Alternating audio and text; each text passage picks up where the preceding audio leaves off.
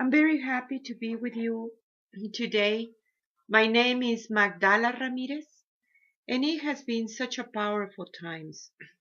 Here it is with me, my beautiful daughter Shrishti, that she is a scientist. She works with quantum physics, and she has been studying the ways of the feminine for a very, very long time.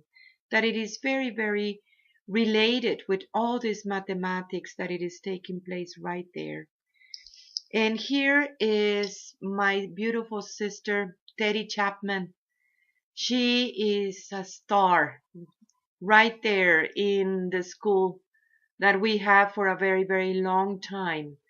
And we have been talking about the struggle and how does the struggle it is taking place inside of the people and how to be able to breach that struggle. You see, in the system, talking about the struggle is not allowed, especially if you are being a woman. If you're emotional, you're supposed not to say anything.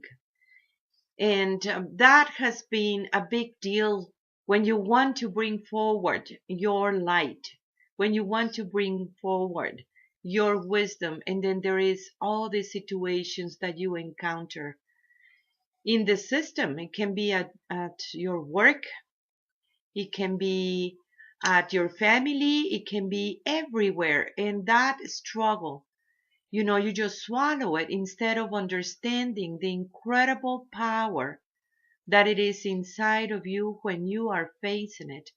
Truly, to that vulnerability is where your strength is. So let's talk about it. Mijita and my Teddy, tell me what you're feeling about. Well, I feel like it's not an everyday, every moment practice to acknowledge an emotional turmoil within yourself in every moment. And even just that part of acknowledgement, I feel like it's a struggle in itself, because the moment people speak about it, usually there are reactions from people around you. And there's this thing in the system about, okay, well, let's make you feel good, and or justify, or oh, you're good. And there's this big sense of judgment inside of the self about emotions. So the minute and the good emotions versus bad emotions, kind of a judgment. So you bring something forward and immediately you're judging yourself. That's the first step of the struggle. Then, even with what you're saying, the people around you are judging you for saying those things in however they're perceiving. So their reactions of either justifying the emotions or denying the emotional struggle, denying how you're feeling because it makes them feel uncomfortable. I mean, there's all these things and dynamics that come about, and it can come about, in a situation of in a classroom or any kind of a situation in a marketplace. But those things are not being said and just swallowed because in some way it's like it creates a weird feeling inside of the self. Absolutely, especially women in science. Mostly especially in this country, United States, there is all these men that you're dealing with and very, very few women. So at the moment that you begin to bring your truth, begin to bring your wisdom into the table, men ignore you or tolerate you because you're a woman. It doesn't matter that you have and you're working in your PhD, they still do this kind of stuff. Yeah. It happens to my other daughter too, and she was telling them, she's aerospace engineering too, and it coming to a point that it was people just ignoring her until she says, "My vagina has nothing to do with it," and that was way too funny, but it make the men stop and actually listen. There is so much of these biases just because you're a woman in science. How do you feel about that? Well, I feel like those projections are very strong, and people don't realize that when they're doing it, even, especially for people and men that have big issues with women. Oh my gosh. And it doesn't like it almost takes a shout from me for them to hear me. And I need to shout, and it sounds aggressive, and it sounds like I'm fighting. But at the same time, there are people in the room that just want to deny what's happening just right there in that dynamic. Yes. Because of their own don't chauvinism. You feel, I'm sorry.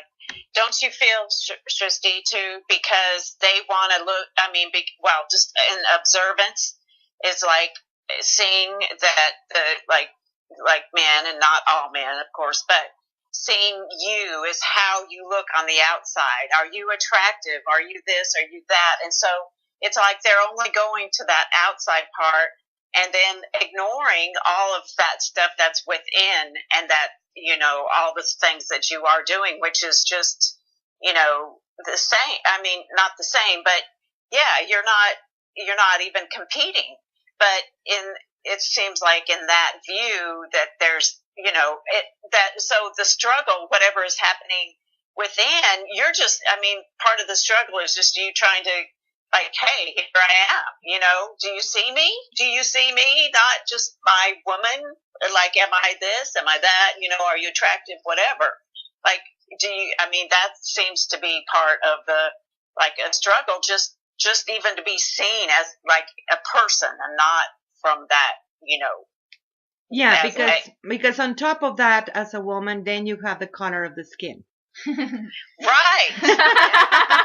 Yeah, it's like layers and layers of biases. Biases in the biases in the biases. But but tell me about it. And you know, well, what I realize is, you know, most people, when they look at women, especially men, they don't really see even forget about having a hope that they will see you for you, because that's just not going to happen.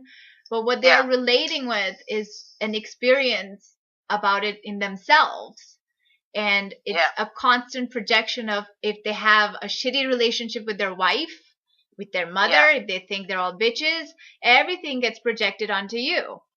And it's the part that it's problematic is this rejection of acknowledgement of this dynamic that always happens. And it's not just my experience, but there's so many women that have experienced this, like, men will just talk over them as if they don't matter, until, you know, it, like, you really need to shout, and you need to just get into the point and be like, this is what you're saying and this is not right. And then it's a fight. But it's two, so you're like there's at least two different things happening at the same time. Here you're just trying to put some information out, but you're having to fight this battle of this other whole thing going on. So that's one, and two, and then if to express your real emotion, who you really are, that's like a third dimension of it.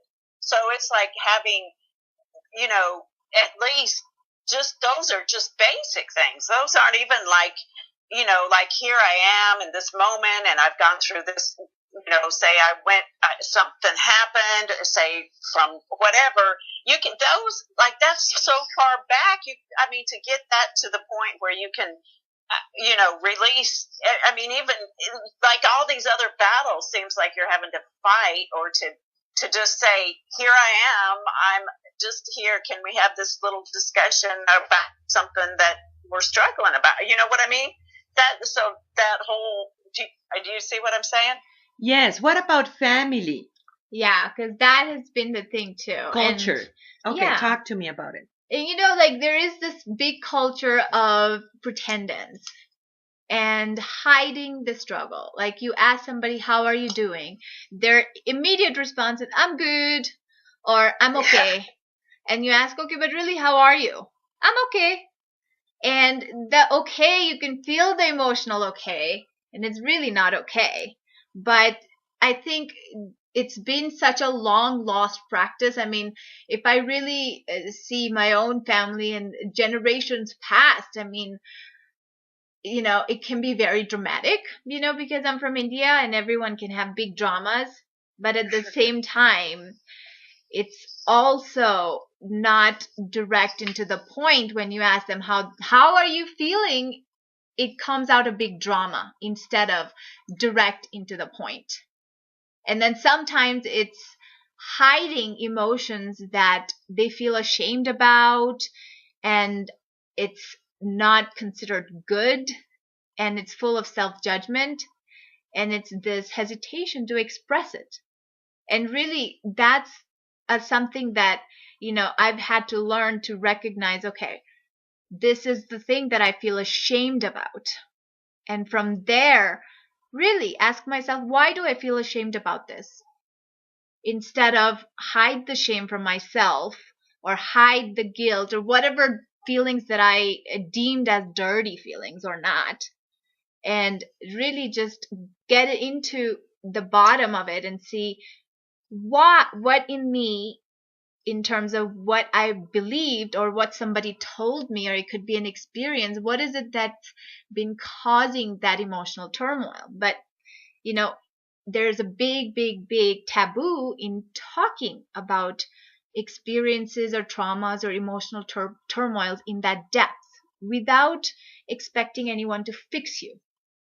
Like facing your guilt, facing your shame, lack of trust, and then seeing where this shame is coming from. Yeah. It's really an illusion. Yes, because it does get into that point. Yeah. How it was created in the first place. Yes, shame. Mm-hmm. How it was, most of the families, still the dynamics everywhere is very patriarchal. Mm-hmm. Very. And that patriarchal, it really installed in the people a lot, especially in women, a lot of shame, a lot of guilt, a lot of low self-esteem to see this. So how do you going to bring your wisdom? Teddie, what are you feeling, my sister?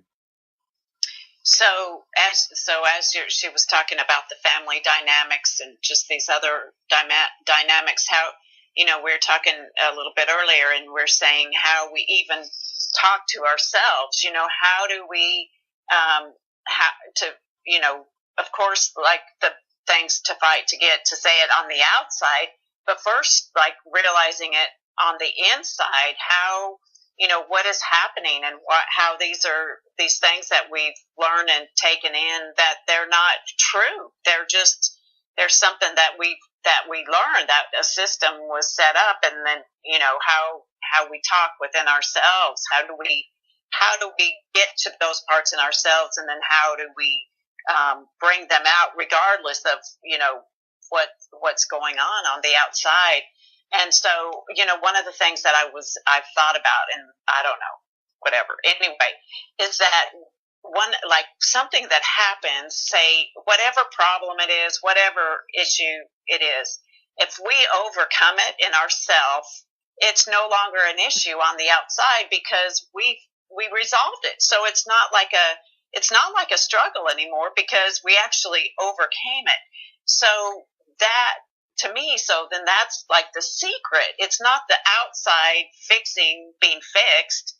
It's not the person being fixed so they'll accept what I say. But if I get to resolve it or overcome whatever struggle, whatever it is, then I'm okay with it. So then I can go on to something else or whatever. And that's been like so amazing, because so much of the way that I think or whatever is like, oh, if this situation was different, if I could do this, blah, blah, blah. But it's not. It's me fixing it, saying, working on that within myself. But on a daily basis, seeing these struggle, and we talked about it before, is how, like, on the outside, you see that the ones that are struggling are the ones that are, it's like, well, you can get a GoFundMe if you're struggling and people will donate, that you can do this and people will feel sorry or whatever. So you're just keeping that thing alive by that, rather than, hey, we can go deep without having to struggle. So we can actually go deep and have emotions of caring and stuff without having to be sick or be this or be that, So I kind of want to go back to the moment of recognizing like what's not true. Because, the truth is, when I'm facing a strong emotion, it doesn't feel good. It feels like shit. And it also doesn't in the beginning for the things that I felt shame or guilt or all kinds of emotions about. It hasn't felt false in the beginning, you see, until I have gotten to a point in myself where I can fully acknowledge the emotions, but not just that, in some way seeing the emotions without feeling ashamed of a struggle or without feeling ashamed of or for feeling that way, somehow has given me an opening to see the root of that emotion. And then is this questioning that I do and that happens in myself, like, okay, wait a minute. If this came from someplace, where did it come from? And I think the questioning part is what I never did and no one taught me to do in myself, because it was always just accept what things come from the outside. You see, that's been the new thing. Emotion, it's very, very powerful, because when you harvest your emotions, really, you use it as a stepping stone to go higher. Now we can say, it builds character, mijita. And this building character, it is very, very powerful because you're not there anymore. You're not afraid anymore because you face your shame, you face your guilt, you face whatever it was imposed on you by that patriarchal system. And you can feel the power when you actually overcome that emotion. So you're not slave of that emotion, and yet you're using the energy of that emotion to go into the next step. Yeah. What do you feel, both of you? So, that emotion as it's unlocked becomes, it's kind of like I think of emotion and how, like, how I kind of see society as more like a machine, and that where the emotion is ignored. So it's almost like this machine running without anything. Like the way it's portrayed, it seems like the machine runs, but it doesn't need anything. It doesn't need an engine or gas or whatever. But that's not, but the emotion is, to me, is the gas, is the engine. It's the meat of what makes the machine move.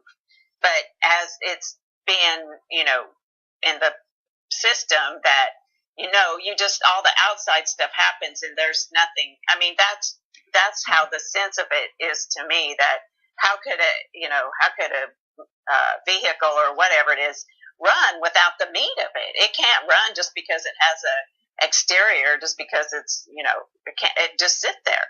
And so that's kind of how I think about, the emotion, the meat of it.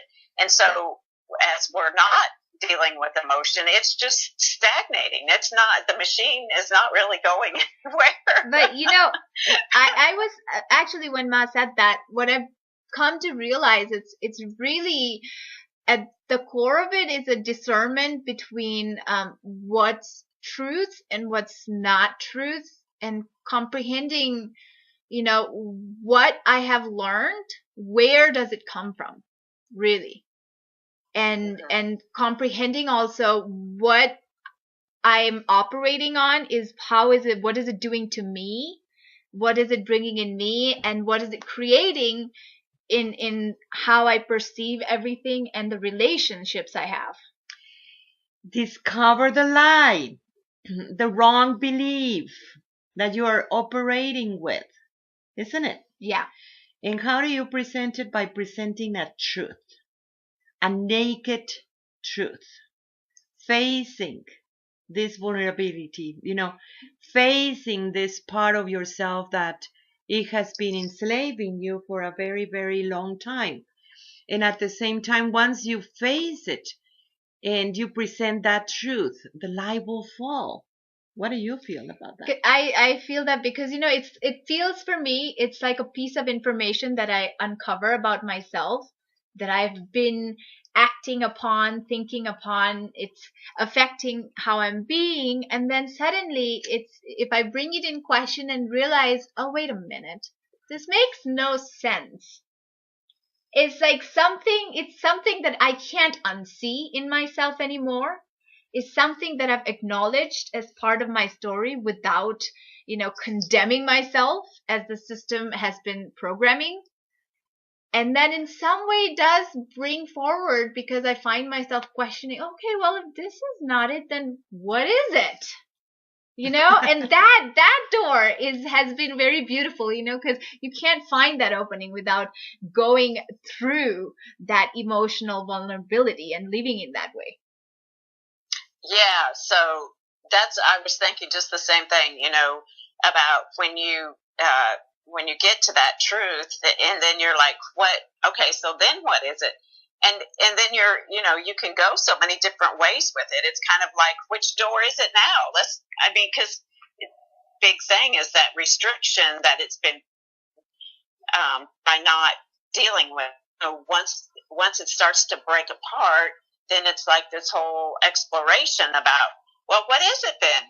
Can you feel like you got through, you're to the good part almost, the where you can actually see something different, and then that brings out a whole new, new thing. And I feel like by coming at by us pursuing it that way, it's not because sometimes things happen in the outside and push us to face it, which is usually not nice. Is if if we're pursuing it and we discover it, because then we're the ones deciding more than something from the outside pushing and having some really bad results sometimes, a lot of crisis sometimes, to try to get us look. But if we're then it's like, oh yeah, okay, then it's, oh, now we can see what's going on. Yes, and you see, it has been a big struggle in the school for the people to stop projections, because you want to bring an original experience, and you can't if you keep on putting it in the same box. And the part of the people that makes those projections and biases and really understanding how they are projecting over and over again is because there are those emotions that are not being resolved. Mm-hmm. And when we think about this and how you're going to stop projecting and really actually see the people around you and connecting with your own self, because you need to learn how to see truly your own being, your soul, your spirit, you as an spirit, and understanding this higher way of thinking without the projection that it makes you stay in the same dimension over and over and over again. What do you think?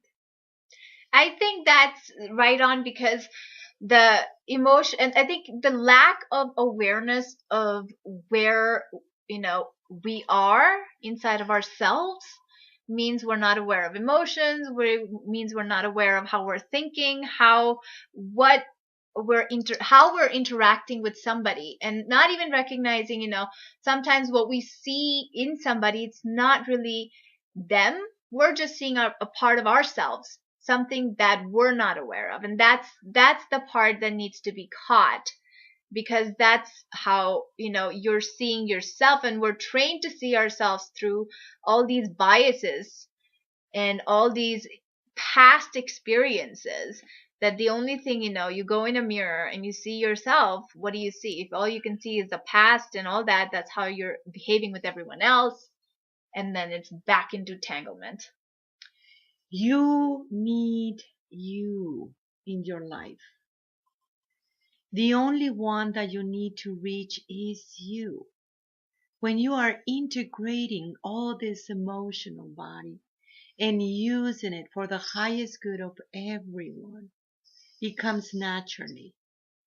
It is something that it is always there inside of the people, and these incredible abilities that you have. It is not in the outside, it is truly in the inside. And it has been such a beautiful part of the divine feminine in how to bring that divinity into manifestation. It is really recognizing, and don't be afraid of your emotions. You know, your sensitivity, it's way too beautiful and strong. That is where it gets you directly into your original vibration, that we have many, many episodes talking about this, because there is a part of you that recognizes this place inside of you. What do you feel, Teddy? Well, yeah, because this whole thing about, the projection it's been such a journey. I mean, it is such a journey to go through, because to see something that's not just that you're relating to, that's not just, oh, this happened, and oh yeah, this happened, and then like you're just going in this big, circle where you don't, so in a way you're not ever experiencing anything different in that way, because it's all about you. Like even though you're relating, it still comes back around to you. So with that, working with the not projecting is just the most amazing thing, because there's so many layers of it. It's like, wow. Yeah.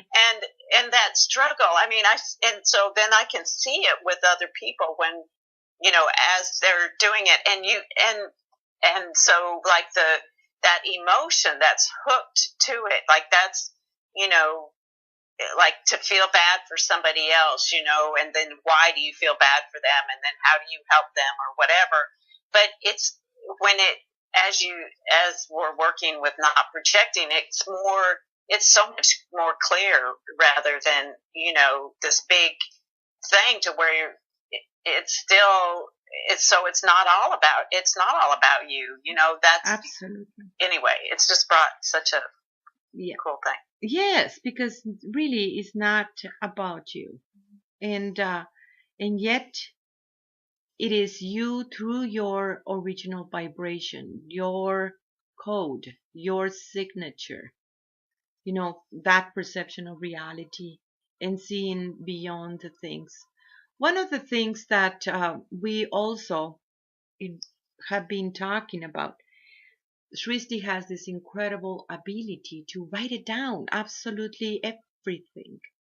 All our conversations, even the conversations that we have in the phone.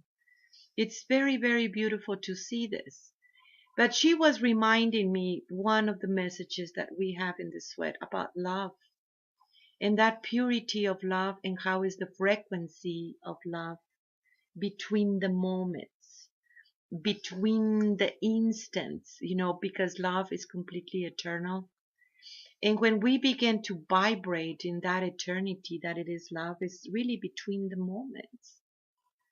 And that was beautiful for me, listening to that one, that it actually come out from my mouth in one of the sweats and the ceremonies in some way or another, and understanding that all these situations and emotions, and you can feel it, the power of that emotion, and use it as a stepping stone to see a higher truth, and truly begin to see you and bring you in your life. Become one with this part of you that recognize that divinity in you, and deal with it and say it. And maybe you need to shout it to these people. Mostly is men, mostly is white men, actually. Yeah, it's so true. Yeah. So true. And you need to say, hey, I'm here, and I have my wisdom, and I have my PhD. Now you listen, or something, that you deal with it every day And then it becomes the norm, what it shouldn't be the norm. People listening to each other without the biases, because it's not about you. People listening to yourself without projecting onto you also how you should be accordingly to a patriarchal system. Yeah, because that's inside of the self. Oh my gosh, I mean, the that's system is in you. Yeah, it's like before even going and fighting in the outside, I think that's the thing that needs to be checked. So, okay, more advice, Teddy, before we close this episode? Just that I just feel like we're making progress. That this work and through the school and the PPF. I mean, I just feel like we're really making progress in so many of these areas, and I'm just so grateful for both of you. Well, I just want to say, because, sometimes if you're struggling and you're in the same struggle over and over again, it's because you're not going deep enough to catch the truth that's creating the struggle. The moment, the instant. And that's where you kind of need to put attention. That's a pointer if you see it in a different manner. The other thing is, the quicker I feel you can catch a truth inside of yourself, without feeling afraid to see it, the quicker you can overcome it. Absolutely. And it is very beautiful to see what is happening in the school. With every single person, PPF means present, past, and future lesson, that people has beginning to see beyond time and spaces and be able to grasp from the future back. It's learning those skills has been really a blessing for everyone, and recognizing those struggles too. Yeah. I want to mention too that we do have an app. You want to talk about it? Yes, because this is so beautiful. The name of the app is called Messages from the Great Mother, and it's available in Android and Apple. You just go in the App Store in your iPhones or Androids, and then you type in search Messages from the Great Mother, and it's actually so beautiful because it sends a message just in the beginning of every day, and it's so on point in where I am, sometimes exactly what I need to hear in that day to inspire me or to help me connect, or it's just the perfect synchronicity. It's so magical. Oh yeah, we were talking about they were telling me people need to talk about this struggle, Ma, and that's why we create this. And it was very beautiful because suddenly out of the blue you receive this message. How it says, in the vulnerability is where resides your strength. Yeah, that's so what it said. We were talking about don't create more resistance, understand the flow. And that flow, it is in you, and you are that divine order. And you are connected, and only depends on you. You are welcome to register to the school. And you can find more information in our website, magdalas.com. That is MAGDALAS.com. And I am so thankful for your work, because we are giving birth to the new world. And this is very, very powerful times. I'm so grateful for you, my sister Teddy, and you, mijita chula, for all this work that you're doing, and for each one of you. Tlatzocomate, tlatzocomate, tlatzocomate. I am you.